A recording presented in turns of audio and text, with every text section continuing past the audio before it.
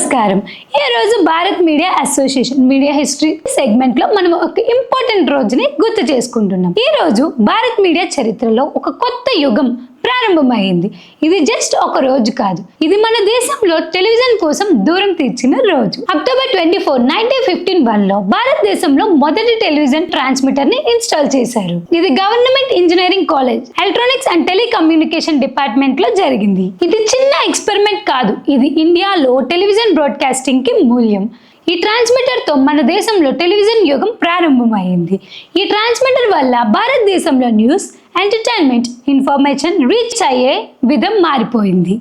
ఇది media world ని complete మార్చేసిన moment. Television తో పాటు చాలా కొత్త అవకాశాలు వచ్చాయి. Camera operators, transmitters, content creators అంటూ కొత్త ఇండస్ట్రీని పుట్టించింది. ఇది నిజంగా ఒక మీడియా రివల్యూషన్. ఇప్పుడు మనం digital media, OTT platform, live streaming గురించి మాట్లాడుకుంటున్నాం. అది మన మీడియా జర్నీలో ఫస్ట్ స్టెప్. మన ప్రాసెస్కి స్ట్రాంగ్ ఫౌండేషన్ కాబట్టి ఈ రోజు అక్టోబర్ 24 మనం గుర్తు చేయాల్సిన రోజు. ఇది ఒక మిషన్ ఇన్స్టాలేషన్ కాదు, భారతదేశంలో బ్రాడ్కాస్టింగ్ యుగం ప్రారంభమైంది. మనం మీడియా ప్రొఫెషనల్స్ అందరం ఈ రోజున మన రూట్స్ని గుర్తు చేసుకోవాలి. మనం media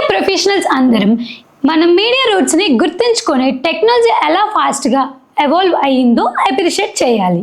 thank you for watching. ఇది భారత్ మీడియా అసోసియేషన్ తరపు నుండి మీడియా హిస్టరీ సెగ్మెంట్.